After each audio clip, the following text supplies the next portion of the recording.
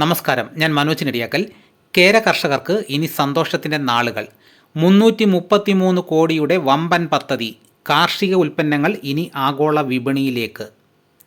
ലോകബാങ്ക് സഹകരണത്തോടെ സംസ്ഥാന കൃഷി വകുപ്പ് നടപ്പിലാക്കുന്ന കേര പദ്ധതിയുടെ പ്രൊഡക്റ്റീവ് അലയൻസിലൂടെ കാർഷിക ഉൽപ്പന്നങ്ങൾ ദേശീയ അന്തർദേശീയ വിപണിയിലെത്തിക്കാനുള്ള ഫാം ടു ഗ്ലോബൽ മാർക്കറ്റിംഗ് രീതികളിലേക്ക് കേരളവും നീങ്ങുന്നു.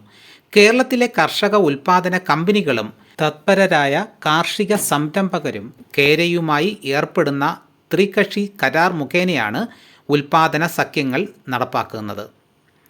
സംസ്ഥാനത്തുടനീളം 150 പ്രൊഡക്റ്റീവ് അലയൻസുകൾക്കായി 333 കോടി രൂപ ചെലവഴിക്കും.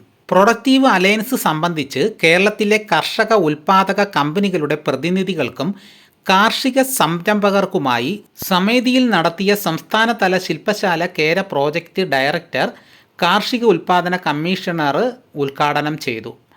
അഡീഷണൽ പ്രോജക്റ്റ് ഡയറക്ടറും കൃഷി വകുപ്പ് ഡെപ്യൂട്ടി ഡയറക്ടറും പങ്കെടുത്തു. ലക്ഷ്യം കാർഷിക ഉൽപ്പന്നങ്ങളുടെ മൂല്യവർധനയിലൂടെ കർഷകർക്ക് സുസ്ഥിരത വിപണിയും വിലയും ഉറപ്പാക്കി കർഷകരും സംരംഭകരും തമ്മിൽ നേരിട്ടുള്ള വിപണി ബന്ധം വിപുലമാക്കുകയാണ് ലക്ഷ്യം. അപ്പോൾ കേര കർഷകർക്ക് എന്തുകൊണ്ട് സന്തോഷം തരുന്ന ഒരു വാർത്തയാണ് വന്നിരിക്കുന്നത്. അപ്പോൾ എല്ലാവർക്കും സന്തോഷമായി എന്ന് ഞാൻ കരുതുന്നു. ഇതോടുകൂടി വീഡിയോ ഇവിടെ പൂർണ്ണമാകുന്നു. എല്ലാവരും ഒന്ന് ലൈക്ക് ചെയ്ത് സപ്പോർട്ട് ചെയ്യണം. ഇതേപോലെയുള്ള വീഡിയോസ് കൃത്യമായി ലഭിക്കാൻ ചാനൽ സബ്സ്ക്രൈബ് ചെയ്ത് വെക്കുക. നിങ്ങളുടെ അഭിപ്രായങ്ങൾ കമൻറ്റായിട്ട് രേഖപ്പെടുത്തണം. ഈ വീഡിയോ എല്ലാവർക്കും ഒന്ന് ഷെയർ ചെയ്ത് കൊടുക്കണം. മറ്റൊരു വീഡിയോ ഉടനെ എത്താം. എല്ലാവർക്കും നന്ദി.